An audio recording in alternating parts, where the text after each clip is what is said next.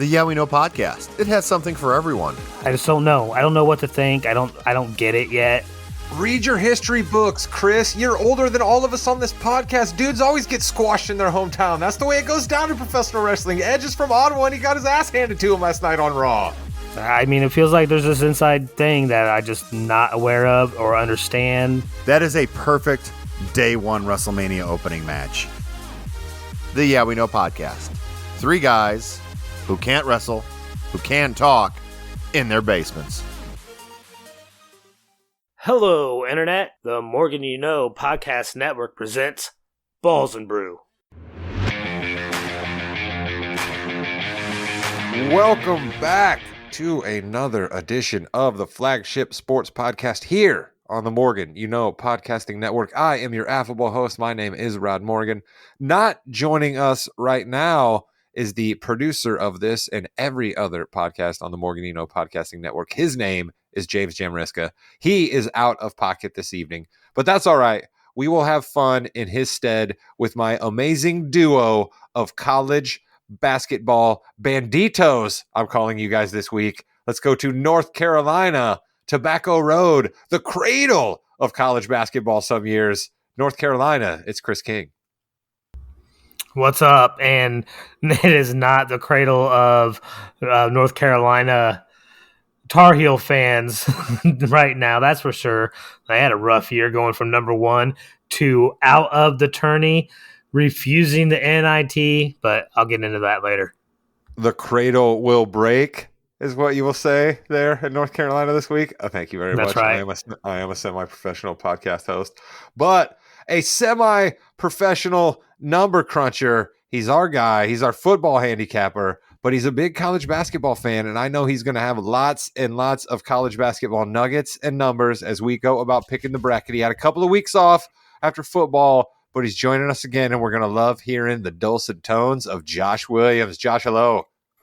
What's up, boys? March Madness, greatest time of the year. I think the number one storyline of this March Madness was Carolina preseason number 1 not making it into the tournament. First time ever that's happened.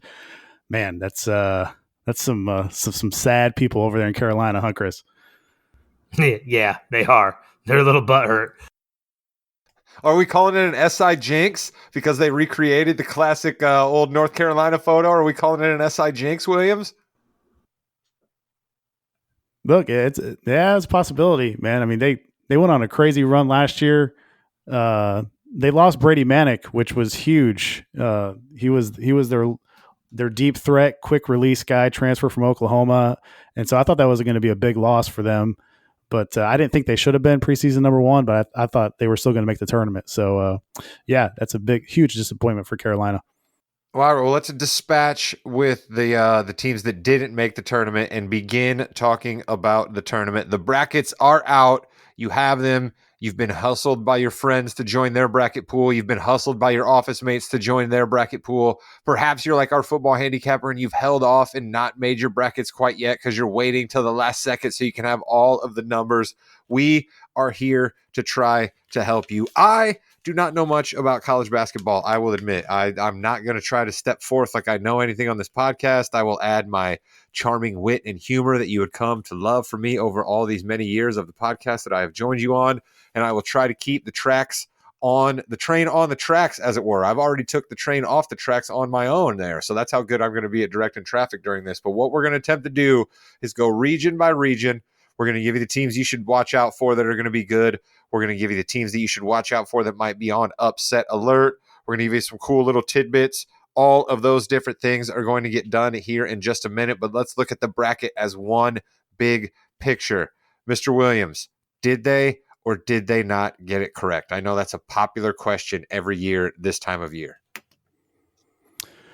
Yeah, I mean, I had 67 out of 68 right. I had Rutgers in instead of Pittsburgh, but I understand why they left Rutgers out. They had 4 quad 3 losses, and the committee tends to they tend to look down on the bad losses more than if you can get a few good wins, which Rutgers had a lot of good wins this year over Purdue and Indiana specifically. But that's not a huge thing. I have a more problem with the seedings, especially the 8-9 matchup in the East. They put the two best 8-9 teams together, and they tend to do this every year in Memphis and Florida Atlantic. And why I have a problem with that is they have those two teams are in small conferences, and you look at the other 8-9 games, they're all big conference teams. Like put Iowa over there or put Auburn in that 8-9 game. Match Memphis or Florida Atlantic up with any of the other 8-9 teams, and we're going to advance Memphis and Florida Atlantic every time. It's an absolute travesty that these two teams are playing against each other. And it's unfortunate for Purdue because Purdue got a really tough 8-9 game, whoever wins that game. Oh, man, you hate to hear it, don't you? I mean, you absolutely hate to hear you hate it. To hear Purdue it. got a tough draw, man. You're bummed out about that. I think I know why. And this is why I think some of those other 8-9 games are just horrible, boring looking games. If you're not a fan of one of those teams, you're probably not going to watch. This looks like an exciting matchup right off the gate. People who are average fans or fans of other teams that aren't playing, they're going to watch this game. They're not going to watch those other 8-9 games. It's just the NCAA keeping the little man down, trying to help out the big Power 5 conferences, the same old BS that they always do. Because the worst thing in the NCAA's eyes is if one of these smaller schools from a mid-major rises up and actually wins this thing one year, they're going to go absolutely crazy and lose their minds. So they try their best to eliminate the small schools. They give them all of the worst at-large bids every time, Mr. Williams, right? I mean, I'm on to something here, right? I said I don't know anything about college basketball, but I'm definitely on to something here, right? You are correct, sir. They did it last year in the 7-10 game. They did it with Murray State and San Francisco. Those two teams coming out of small conferences, they were fantastic. It was a shame they had to play against each other. Now, that game was awesome, to Chris's point. But, man, like, pair those guys up with the bigger conferences. They did it in 2019 also in the 8-9 game with VCU and Central Florida. So, yeah, you're right. They have a tendency to want to knock out one of these smaller schools at the beginning of the tournament. All right, so now I've heard on a few of the sports shows that I listen to where they delve into college basketball that it is pretty wide open this year. Mr. Williams, seeing the bracket before we start diving into it, do you see it as wide open or do you see there are a couple of clear paths there? What do you see it as? Yeah, so if you remember last year, I didn't think Kansas was the best team. I thought Arizona was the best team, but I picked Kansas to win it all just because their bracket, their region was super, super easy. I mean, they absolutely laid a cakewalk out for Kansas last year. And one of our best bets last year was take Kansas to the Final Four. That cashed. This year, it's like Kansas sold their soul to the devil. I mean, they absolutely loaded up the West, and they put Kansas as the number one seed in the West, which was the third overall one seed. Like 2 days before the committee even went to the selection Sunday, Kansas was the overall number one seed. They had like 17 quad one wins, like 8 more than any other team. And all of a sudden, the last 2 days, they put Kansas as the third one seed. And why that's a big deal is they don't get to play their regional games in Kansas City if they make it that far. They ship them out west to Vegas. Not a huge deal, but more the deal is the West is just absolutely loaded. And it's going to be, if Kansas makes it out this year, they will have earned it big time. Yeah, is Bill Self going to be back coaching for them? I heard that he had a bit of a health scare. Is he out of the hospital? Is he going to be back patrolling the sidelines? What's up with Bill Self and his toupee? Yeah, they say he's going to be back this week with the team. I hope so. I hope he stays healthy. This may be what Kansas needs to push them through, because as loaded as that region is, and yeah, Williams is right, it is loaded. I think Kansas is still the best team in that region.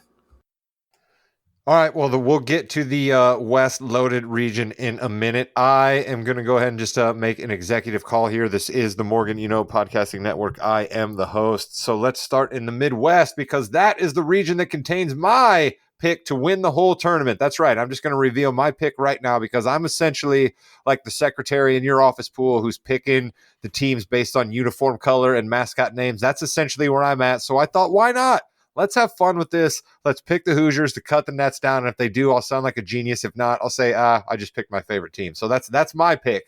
So my stuff is out of the way. Let's get the guys who know what they're talking about. In the Midwest, our top 4 seeds are Houston is the number 1 seed. My Hoosiers are the number 4 seed. You have the Xavier team out of Ohio is 3, and Texas is the 2 seed. Those are supposedly the best 4 teams in the Midwest. Mr. Williams, I'll start with you. Do you see them as 4 tough teams in the Midwest? How's it stacking out?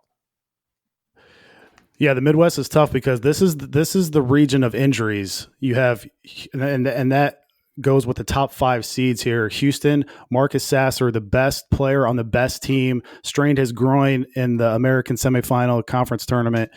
He did not play in the championship. They lost to Memphis. He probably, he shouldn't play in the 116 game because they could mop the floor with Northern Kentucky without him. But that's a huge injury. The soft tissue injuries we know sometimes linger, and they sometimes, have a tendency to re-pop up. So that's a huge loss if he can't go. I think he's going to be all right, but that's a huge loss. Texas, number 2, Timmy Allen. He's a big guy down low. He hasn't played in the last couple games. He's got a knee injury. You go to Xavier, the 3 seed, Zach Fremantle, the number 3 leading scorer on their team, can step out and knock threes down. He's out for the year. You go to number 4, IU, Xavier Johnson. He's a huge key. I would have loved IU to maybe make a run with him. He's a great defensive guard, and he's been so improved this year with his turnover rate. But now they've been playing without him, so they know how to play without him, but their ceiling is definitely capped without him. And then number 5, Miami, Larinaga just lost his top rebounder on the year, but they don't know, he's questionable to come back. So there's a lot of mystery and intrigue in this Midwest, a lot of injuries up in the air in this Midwest. But I think they've got it right basically with the top 4 or 5 seeds. You could argue Xavier is a little overseeded now that they lost Fremantle. I mean, maybe they're a 4 seed really, but I don't know. They ran through the Big East tournament and got knocked out by Marquette in the championship, but that's maybe the only quibble there for the Midwest. But I think they basically got the seeds right in the Midwest. Chris, the only thing I know about Kent State is that there was that horrible shooting that happened there, and Crosby, Stills, Nash and Young wrote that great song Ohio, all about the shooting at Kent State. That's really all I know about them, but they are IU's first round opponent. Please tell me that IU is not going to be a 13-4 kind of upset, right? This isn't going to happen to our Hoosiers in the first round. No, I don't see that, and you don't need to know much about Kent State, in my opinion. I mean, they're a solid team. I just think IU is better. I think as long as Jordan Hood-Schifino and Jackson Davis get theirs, there won't be too much of an issue. I don't think there's too many guards out there that can stop Hood-Schifino from getting that 15-foot corner of the key jumper that he loves and hits 75% of the time, it seems like. Mr. Williams, should I be on upset alert for the Hoosiers? And if not the Hoosiers, is there anybody that should be on upset alert here in the Midwest? Yeah, this is where this podcast takes a turn, man, because this is going to pain me right here as a huge IU fan. I think this is one of the worst matchups we could have drawn. Wow. Kent State, first of all, Kent State has a former IU assistant at head coach, Rob Senderoff, and he was an assistant under the Kelvin Sampson era. So that's one thing that's kind of, I know whenever you bring up Kelvin Sampson to IU fans, they kind of just twitch, But this is the way I look at it, man. Why was I blinking all of a sudden? All of a sudden? Yeah. Kent State over the last 6 weeks, top 30 in turnover rate. If you've watched IU at all, and this is where Xavier Johnson not being there is going to be huge, we have had a problem with turning the ball over. What's worse, Kent State in the last 6 weeks, top 20 in offensive rebounding. If you've watched IU at all this year, you know that that's a huge problem. I knew that it was a problem. I didn't realize it was this bad. In the last 6 weeks, IU 314th in defensive rebounding. We have got to keep the golden flashes of Kent State off the boards. This is a real good team. Sincere Clark is a real good player for Kent State. They played Toledo in the MAC championship. Toledo won 17 games in a row. Kent State mopped the floor with them. Kent State lost 3 games this year to tournament teams. College of Charleston, they lost by 2. All these games were on the road. These other 2 games, they lost at Gonzaga by 7 and at Houston by 4. Those are some of the best losses you can have in the whole tournament. And they were leading those games, all 3 games, with 2 minutes to go. IU got the toughest 13 draw they could have asked for. There's 2 teams I didn't want to play in that area. One was Iona because of Rick Pitino. The other was Kent State. I feel like I'm going to be extremely disappointed around midnight on Friday night when IU plays Kent State. Holy smoke. Well, Okay, listen, Mr. Williams, you got to give me... No, wait. Chris, I'm the host. Give me a second, then you can go, all right? Mr. Williams, you got to give me a heads up before we go into this region that this dark cloud was hanging over IU. We could have saved this for the end, my friend. You got to tip me off that this is where you're going with IU, because now I don't know what we're going to do for the rest of this tournament. I'm scared. I'm anxious. There's knots in my stomach all of a sudden now. My goodness. But Chris, go right ahead. They lost to Ball State. They did lose to Ball State. That's not great on your resume. Lost to Akron. Not great on your resume. Lost to Northern Illinois. Not great on your resume. Yeah, listen, they're not a bad team. I just don't think IU fans should worry as much as Williams is painting this to be. I would be much more concerned if we were playing Drake or somebody like that, a team that goes out and shoots 30 threes or 25 threes a game and makes 10 or 11 of them. I'm worried about those teams. Okay, let's drill down on that then. You said you should be worried if IU plays Drake. Does that mean you think Drake is going to beat Miami, the 12/5, which is something that classically happens? Yes, I have gone all in on 12s over 5s. I love these 12 seed teams. Drake is one of them. They have guys that can shoot. I think they have 4 or 5 guys that shoot over 36% from the 3-point range. When you have guard play and shooters like that, that is a recipe for success in the NCAA tournament. Right. Chris has got Miami on upset watch. Mr. Williams, do you like the fighting Drake team? Yeah, I do. Man, I think over the last 6 weeks, Bart Torvik has Drake as a top 20 team in the nation. If you watch their Missouri Valley Conference game, their championship game, they mopped the floor with Bradley, beat them by 30. And over the last 6 weeks, Miami is only 39th in the Bart Torvik rankings, and they're 343rd in effective field goal percentage defense. Like, Miami gives it up, and I can easily see Drake beating Miami in a 12-5 upset. These 12s and 13s this year are outstanding teams. Like, this is the most stacked I've ever seen, the 12s and 13s. All right. Okay, here we go. This is how we're going to drill this down then. This just came to me. Let me ask you guys both this question. Do you guys see a world that exists where either Iowa or Auburn can beat Houston? I don't, because Houston's going to pressure Iowa to the 9th degree. And even though if Auburn beats Iowa, that game would be played in Alabama, which is kind of that's kind of dirty how they did Houston there.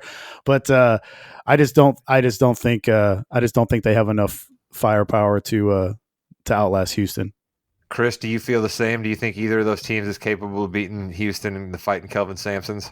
I would say Iowa has a better chance over Auburn. Iowa can score a lot of points rather quickly. Murray is a legit player. I would say they have a better chance of it. If Sasser is playing, I don't think so for sure, though.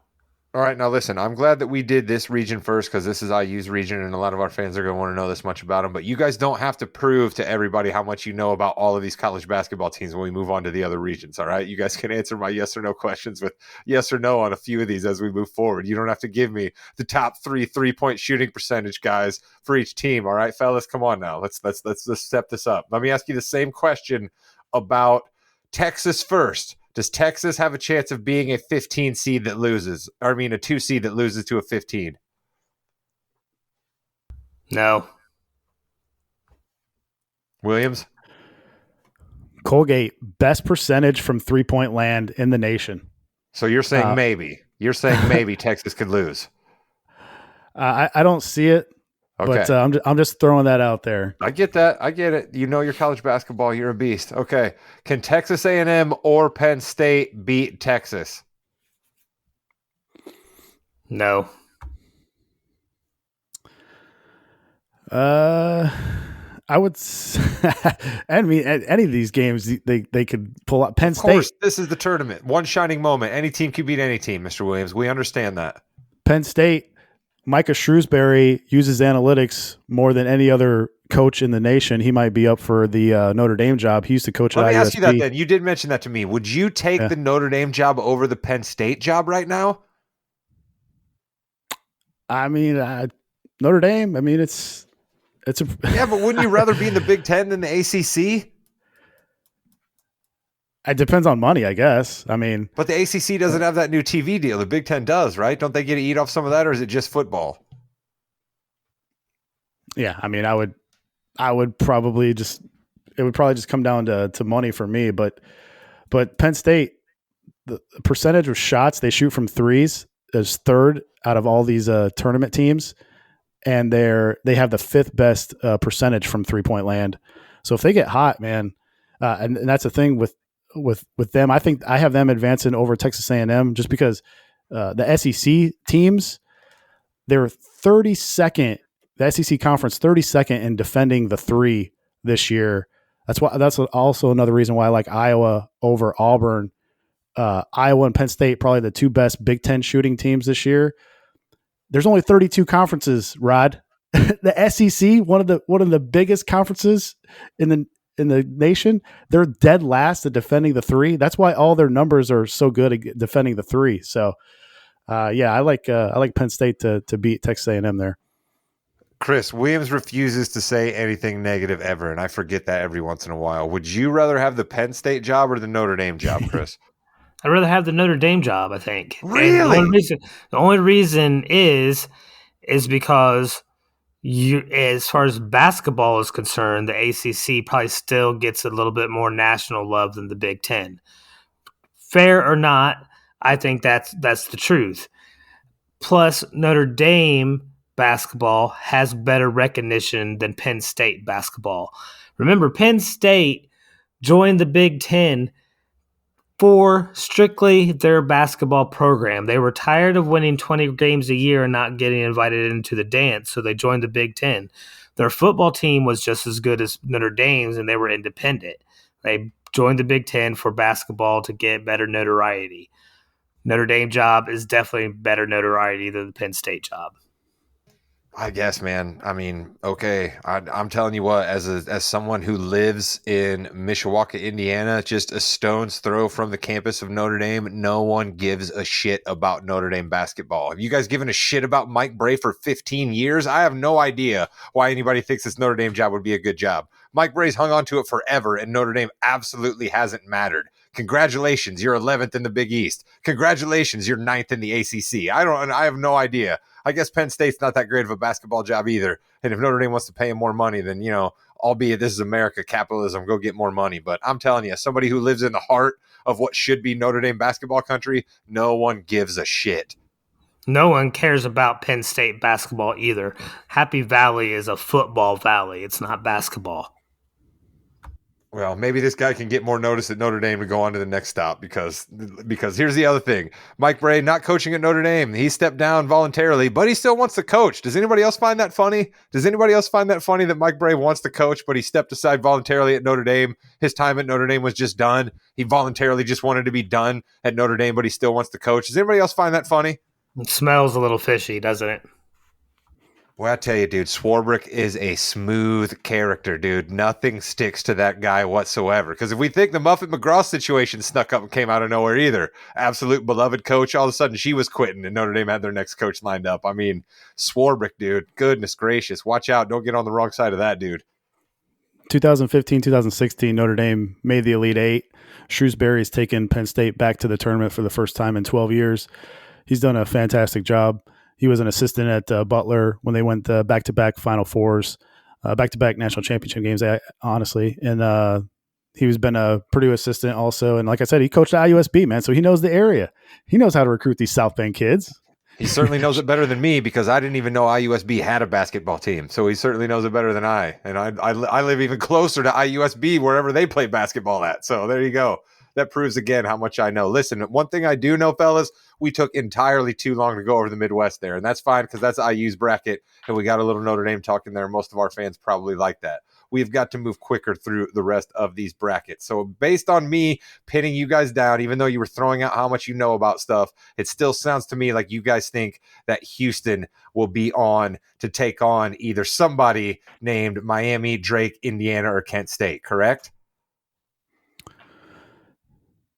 In the top half. Yeah. I mean, flow through there. I think it's kind of pretty chalky to the Elite Eight. I think Houston and Texas have good paths to the Elite Eight. Okay, so then let me ask you this then, because Chris was saying he was scared of Drake. You were saying you were scared of Kent State. Who comes out of those four teams?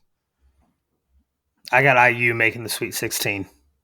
You do, Williams. Yep. But you said they should be scared of Drake, but you have them getting the Sweet 16. Williams, do you have them getting there as well?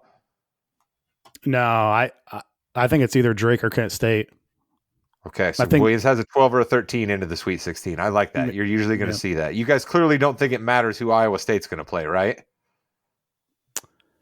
Yeah. I'm sure you've got lots of stats on both teams, Williams, but I mean, do you think either of those teams is beating Iowa State? Be honest with me.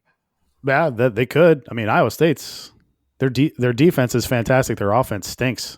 All right. Are either of those teams or Iowa State beating Xavier? No. It's a toss-up, man. I didn't know we were going through every game. That's fine. Listen, that's fine. You don't like to be pinned down. I'm not asking you to be pinned down. We don't have your brackets up for anybody to look at. But do you think any of those three teams are beating Texas, or is Texas getting on to the Sweet 16 here?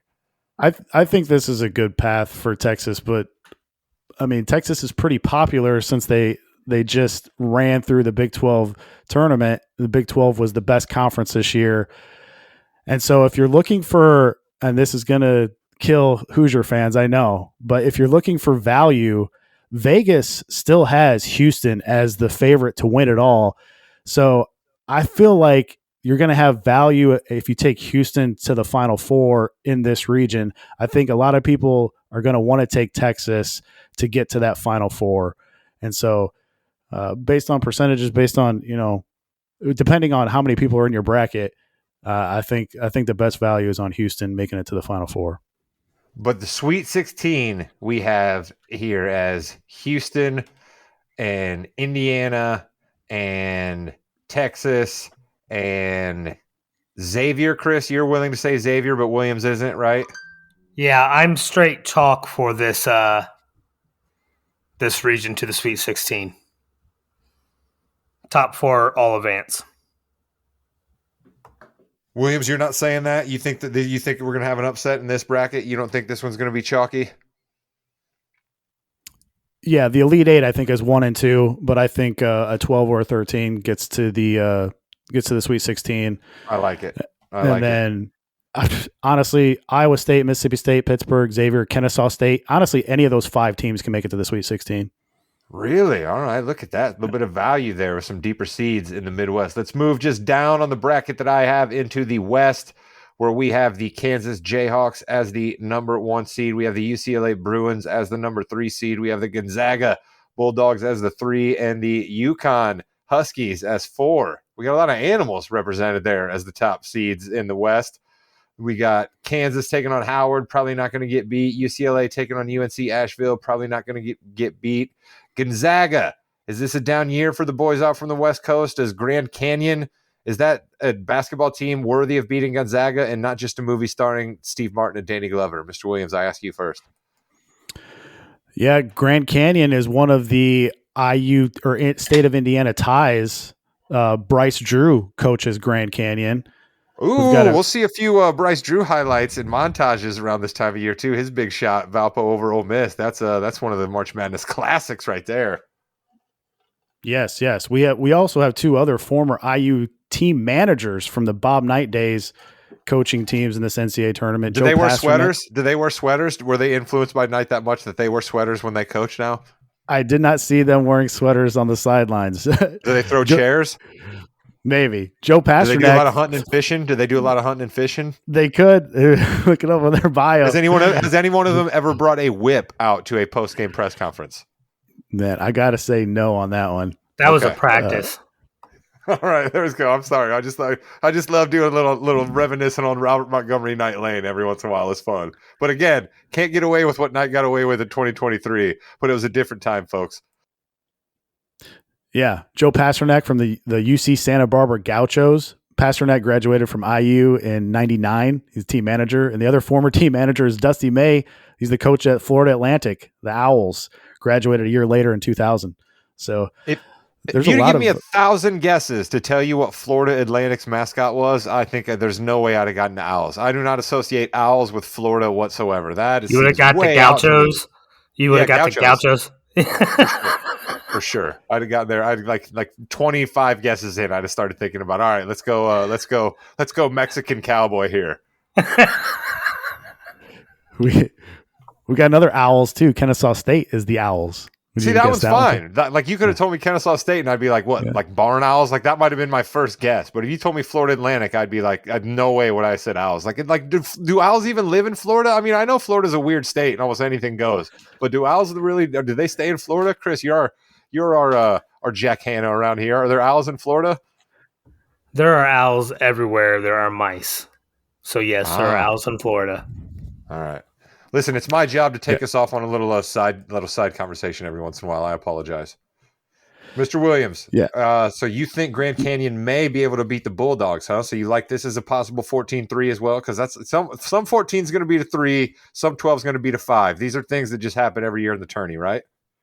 Yeah, no, actually, I don't think Grand Canyon has a chance. I just wanted to shout out Bryce Drew. Oh, all right. Shout out Bryce Drew. You don't have a shot. You don't have a shot. But right. This West is loaded, man. I was going to say, you did say that, so tell us why. Why is the West so loaded? Man, I mean, you've got 5 teams. The top 5 seeds in the West were all top 11 in Ken Pom rankings this year. That's just ridiculous. And actually, TCU, the 6th seed here, would have been in the top 15 or top 20 had they had their best player all year. So they absolutely loaded this West up. And honestly, the right side of the whole bracket, the Midwest and the West, way, way, way more tougher than the left side of the bracket, the South and the East. So one injury concern in the West here, number 2, UCLA lost Jalen Clark, their number 3 leading scorer and arguably the best defender in all of college basketball. That is a huge loss for UCLA. And I think a lot of people are going to want to take UConn over Kansas in the Sweet 16. I have a future on UConn, but I don't think that's a smart move here because when Kansas and Bill Self has had 5 days to prepare this year, they're 10-0 with 7 of those games coming against tourney teams. When you take a look at the bracket in the Sweet 16, Kansas will have 5 days off to prepare for UConn in that game. Compared to when Kansas has 2 days off or less in between games, they're only 4-3.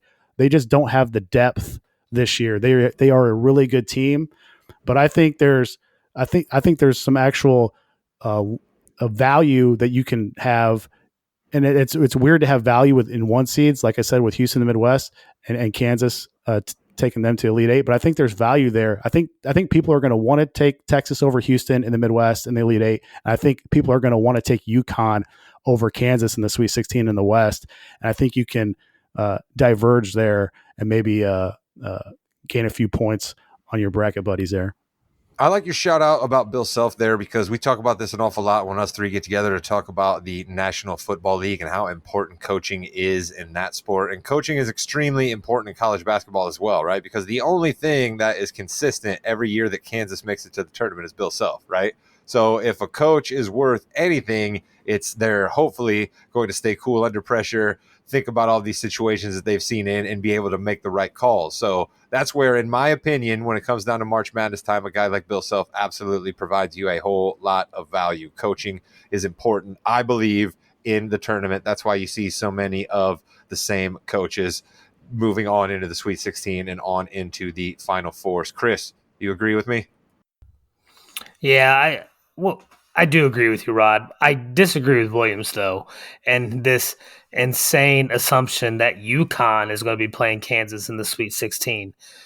UConn is going to have to get past probably one of the better teams in this, and it's probably one of the better 12-seeded teams, and that's VCU.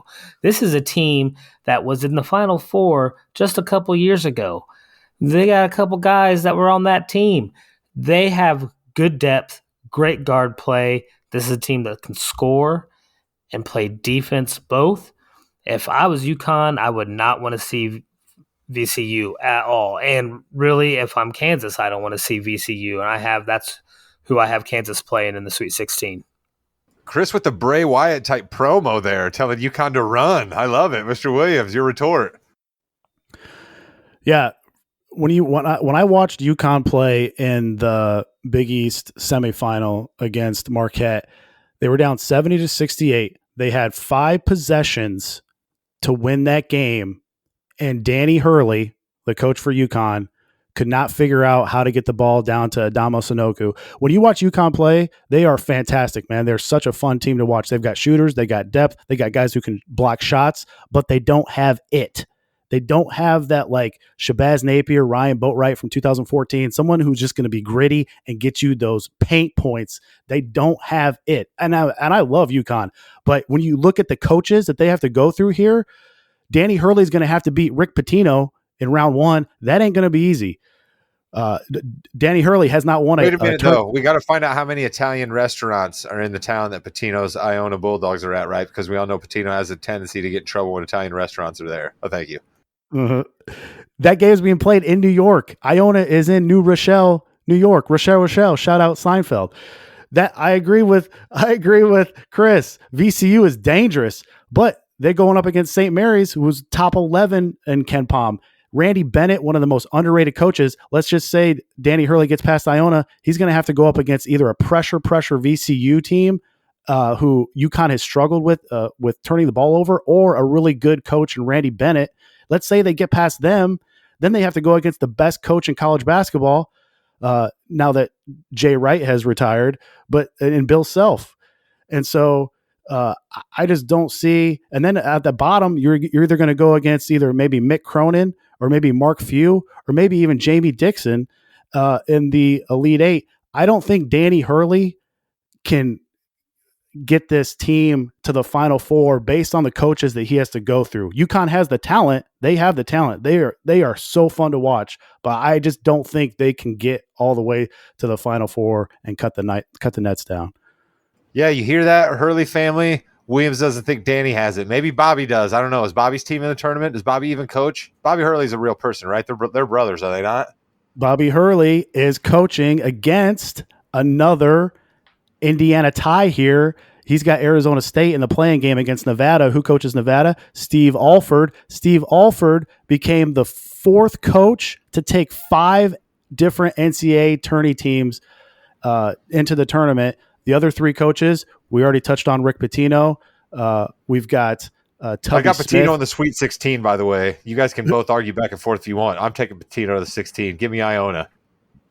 We got Tubby Smith in that, and we got Lon Kruger. Tubby Smith still coaching? You got to be shitting me. Tubby Smith still coaching? No, he's not coaching anymore. I'm just saying he's the one who took 5 different teams. Still coaching. I should be that surprised that Tubby's still coaching, considering he took over from Pitino in Kentucky.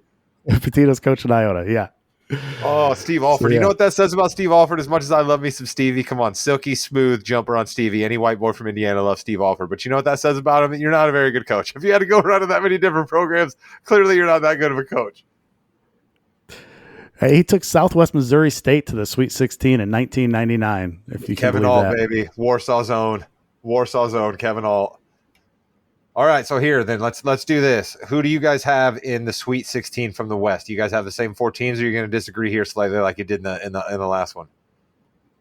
I have Kansas, VCU, TCU, and UCLA. Wow, Williams, you. Yeah, it's pretty similar. I have Kansas. I have UConn, but that's dangerous.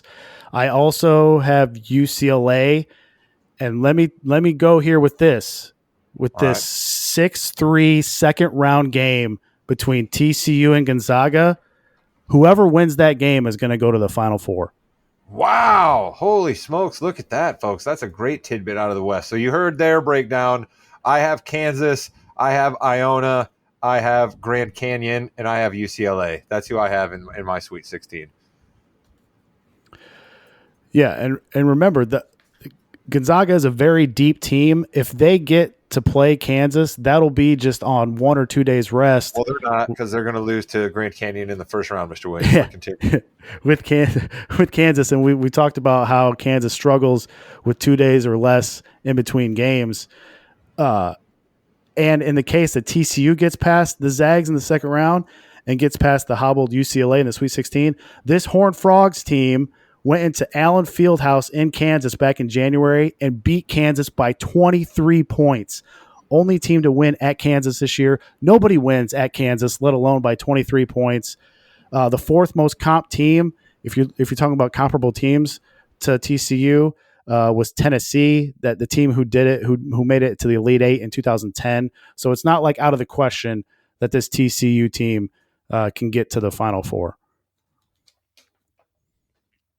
All right. So there we go. We gotta move along. We gotta do with these other two a lot quicker. We're also not getting to the NBA this time around on balls and brew, folks. Sorry for you NBA junkies. We'll get to it later. This is college basketball time. Light the beam over. Yeah, exactly. There's some, but that's all right. Sacramento's still going to be held. By the time we talk next time, Sacramento might be the 2 seed. They might be the 2 seed now. While you're listening to this as well, everything's in the West is still in flux. That's not important.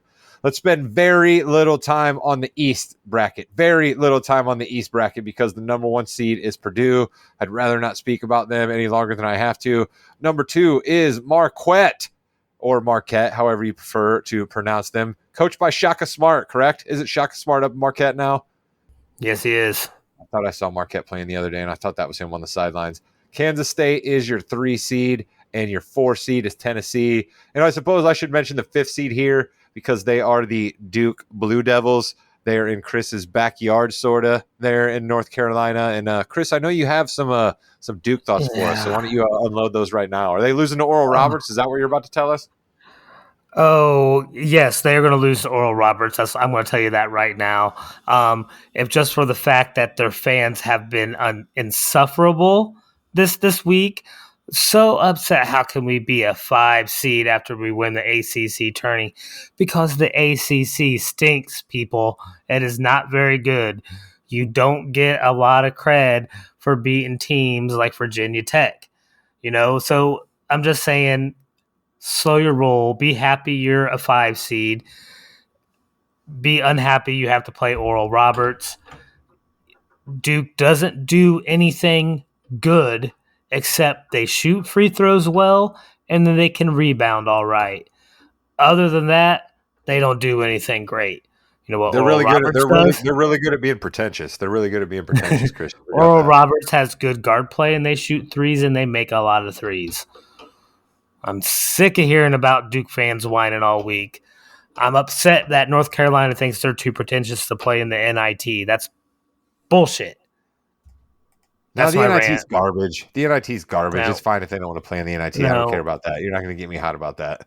Mr. Williams, should the Boilers be on upset alert here, or do you believe that the hated squad from West Lafayette, Indiana, is going to be rolling to the Sweet 16 and possibly the Final Four? Let's just do it that way.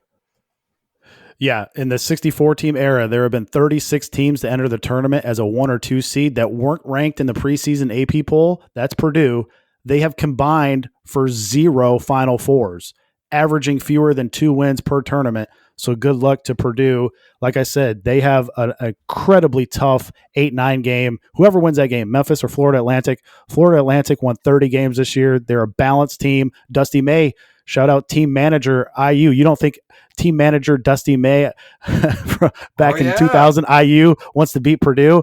And then if they don't get it done, Memphis has ball hawking guards that they create a lot of turnovers. They're super athletic. They like to get out and run. Kendrick Davis, one of the best guards in the nation. Purdue will have their hands full with Memphis. Purdue only 4-4 down the stretch. So, yeah, whoever wins that game has a great chance to make it to the Sweet 16. Is Little Penny coaching at Memphis along with Penny? Is he part of Correct. the coaching staff? Yeah, little Penny's on his shoulder.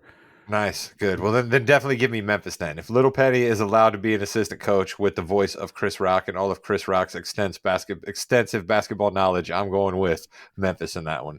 Williams? The whole East, man, the whole East is so weak. I mean, there's like Duke is a popular Final Four pick from a lot of talking heads. If you put Duke in the West, I'm fading them to no end. And I'm with Chris. I want to fade Duke, and I still might, but like this East is so weak that you could get burned if you fade them. But Oral Roberts, if people remember 2 years ago, Max Abesmith, little diminutive point guard who just fires up threes, averaging 22 points per game. He's still there for Oral Roberts. They were 17-point dogs first round 2 years ago against Ohio State. What did they do? They beat Ohio State. They won their next game, and they took Arkansas to the last second to get to the Elite Eight. They're only 6.5-point dogs to Duke right now. They also have a 7-5 guy on their team, Hanover, who can block shots, and it averages double digits. So it's not just Abe Smith. Oral Roberts, 5th in the nation in percentage of shots that are three-pointers. Duke hasn't really had to guard a bunch of teams that jack up threes because the ACC has been extremely down this year. They are going to get a wake-up call with how Oral Roberts can shoot from the perimeter. Maybe Duke has too much down low. That's going to be a fantastic game. I think whoever wins that game is going to go to the Sweet 16. Whoever wins that game is going to be either Tennessee or Louisiana, in my opinion.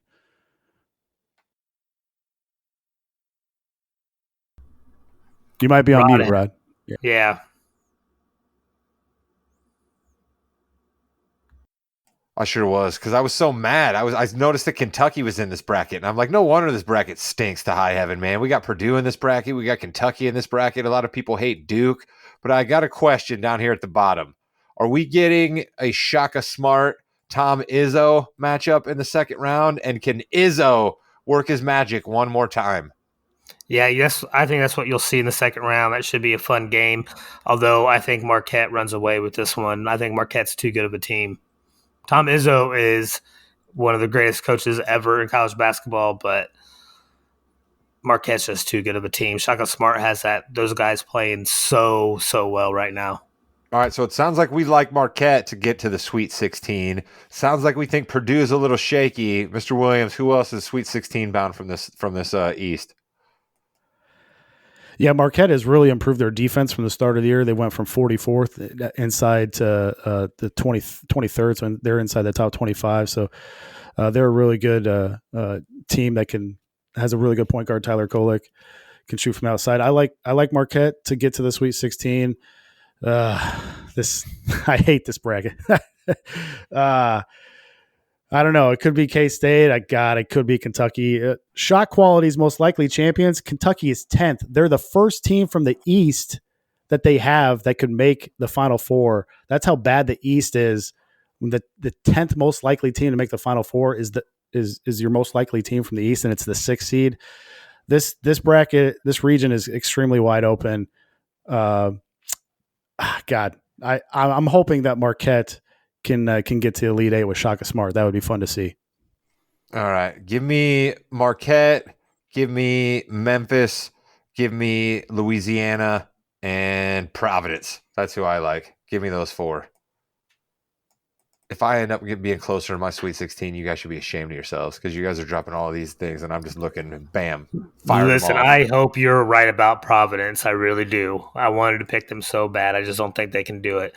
Listen, if you name your school after Friar Tuck, I'm in, right? And also if you're playing Kentucky and they hated John Calipari, I'm in. That helps. Yeah, that's what helps is playing Kentucky. All right, we got to burn through the South region here, and then we'll pick Final Fours and winners, and we'll get out of here and apologize to big NBA fans out there. The South is filled with the controversial, in my opinion, Alabama Crimson Tide is the number one, as well as the number one overall. On the basketball court, they cannot be trifled with, but there's a few other things that may make you squeezy about Alabama basketball right now. Arizona is the 2. Baylor or Baylor is the 3, however you prefer to pronounce that. And the 4 seed are the Virginia Cavaliers, playing that slow down brand of basketball, as they always are under Tony Bennett out there. So the number 1 overall seed is Alabama. Brandon Miller is the best player in college basketball. He probably won't be a top 1 or 2 pick, perhaps, but he's the best player in college basketball.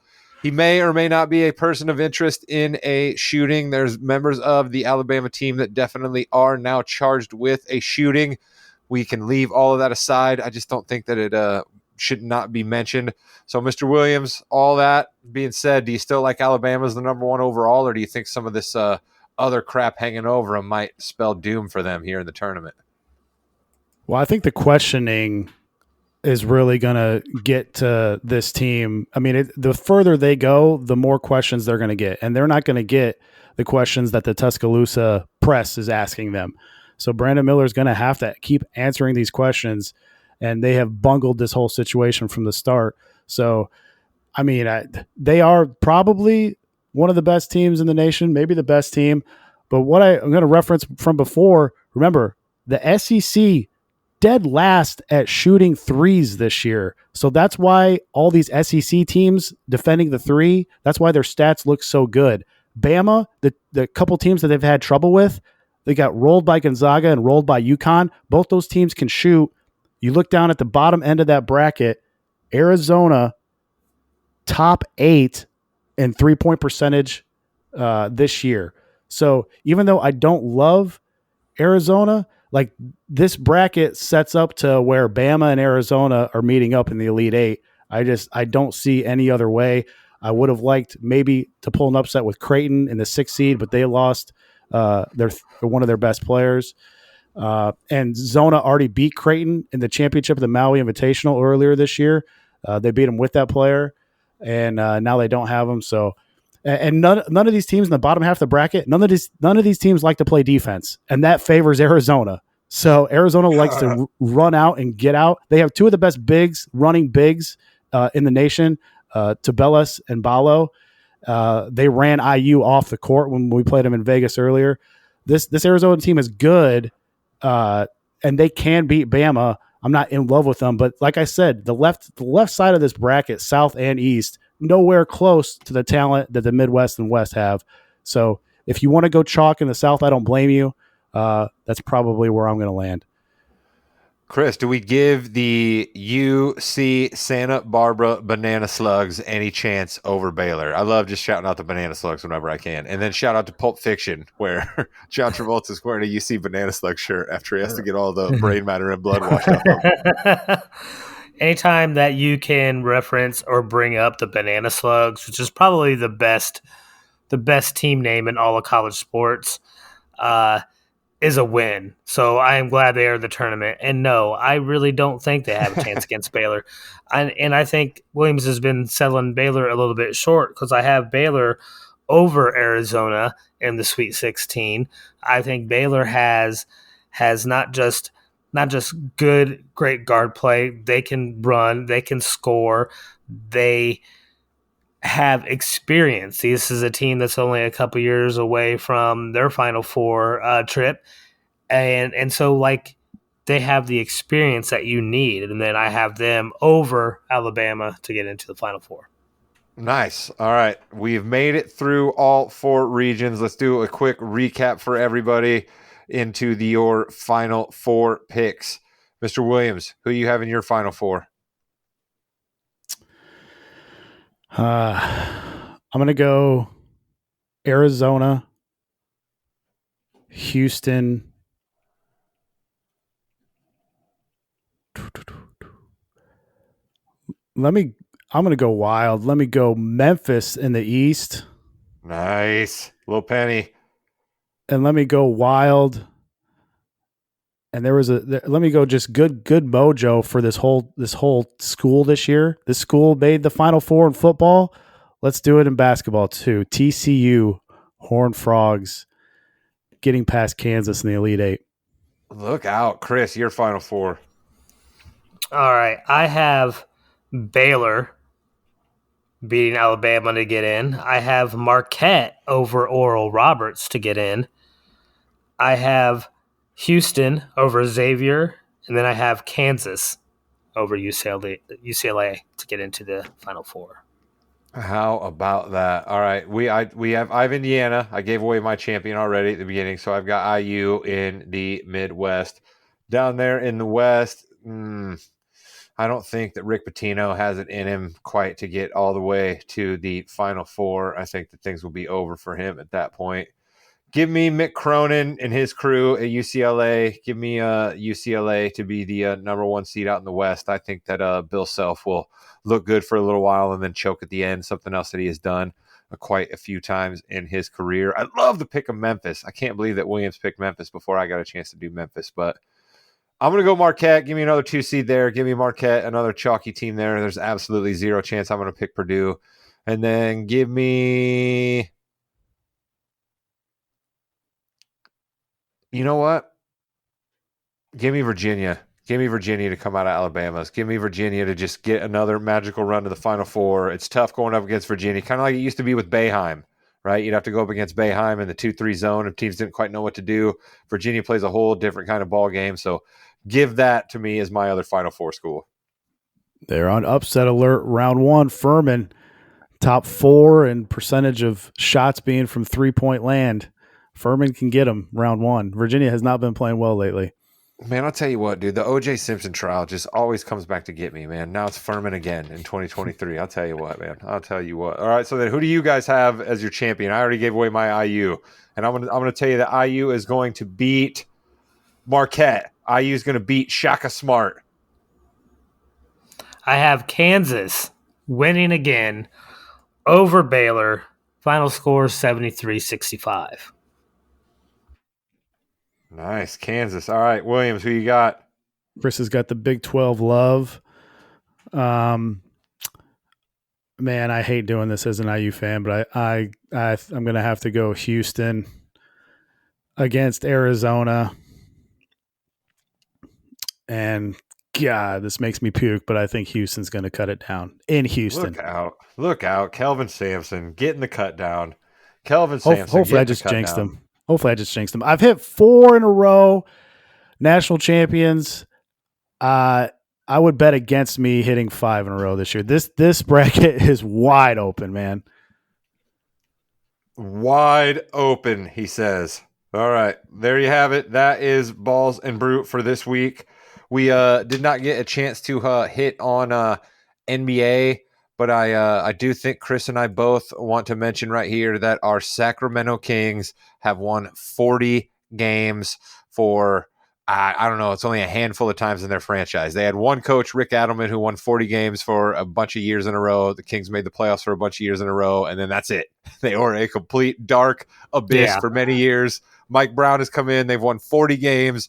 The Kings or the Grizzlies are going to be fighting back and forth the rest of this year to find out who gets the 2 seed. I don't think either one of them are going to be able to catch Denver. But Chris, our Sacramento Kings, who about 4 weeks ago we all fretted maybe with how bunched up things were in the West, they'd fall back. They did the opposite and have just separated and said, you guys all mess around. We're going to be either the 2 or 3 seed. How proud of the Kings are you?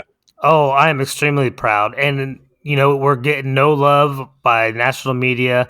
We have the best road record by far in the West. In fact, we're the only team with a winning record on the road in the West.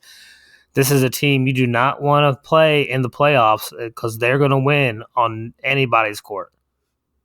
They absolutely are going to win on anybody's court, and I imagine the odds probably reflect that because with the West being so bunched up, you can kind of look to the odds a little bit to see who at least a lot of the smart sharps out there think are coming out of the West. And Mr. Williams, what is Sacramento's odds right now to win the Western Conference? Before we get to that, I have a crazy Bucks-Kings stat. They just played the other night. When those two teams have played against each other, they've went over the total in 20 straight. Wow. Wow, that'd be give us 7 games of that then. Kings versus Bucks.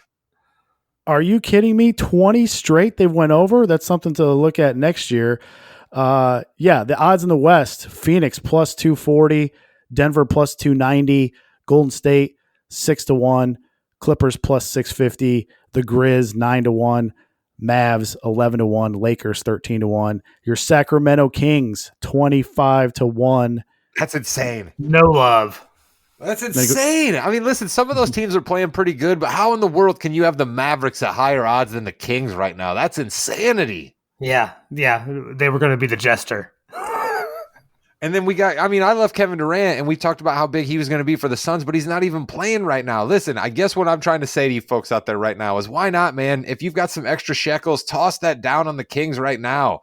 Who knows what the seeding's going to end up being like in the Western Conference? This Kings team is horrible on defense, but they are almost unstoppable on offense. I mean, why not throw some shekels down on this Kings team? When are you ever, Mr. Williams, going to get that kind of value on a team that may be number 2 in the West to win the West? That's insane, isn't it? Yeah, I mean, I'm still kicking myself for not betting them to win the division 400-1 before the season started. So, man. But yeah, after them, Pels 60-1. And then it gets crazy. Timberwolves 130-1, Portland 400-1, Utah 900-1, OKC 900-1. I mean, I also am happy that we are not going to discuss the MVP table this week, Chris, because the MVP discussion in the NBA it's gotten toxic almost, right? Like Kendrick Perkins kind of threw a race bomb into it, and it just got ugly there for a little while. It just got ugly. It did, and that need to happen. The dude can play. It doesn't matter. All these guys can play. You're not being discussed as an MVP unless you can play basketball, right? I would totally agree. Listen, I've got some Jokic thoughts everybody knows on this podcast, but I think I have finally figured out why I'm a little down on Jokic. I'm going to tease that for next week when me and Jimmy and Chris are all back together for a proper edition of the Fast Break. I will drop some new Jokic thoughts on you then. Mr. Williams, we will probably get a quick check-in with you next week as well to talk about the Sweet 16. Does that sound all right with you? Yeah. Let's all do right, it. Chris.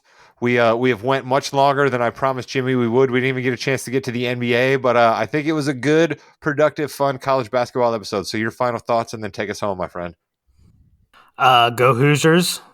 Go anybody who's playing Purdue, especially Memphis. Memphis, if you get to, just beat them down. Lock up those freshman guards. And that's about it. Go Hoosiers. And whoever's playing Kentucky. Yeah, whoever's playing Kentucky. Goodbye, Internet.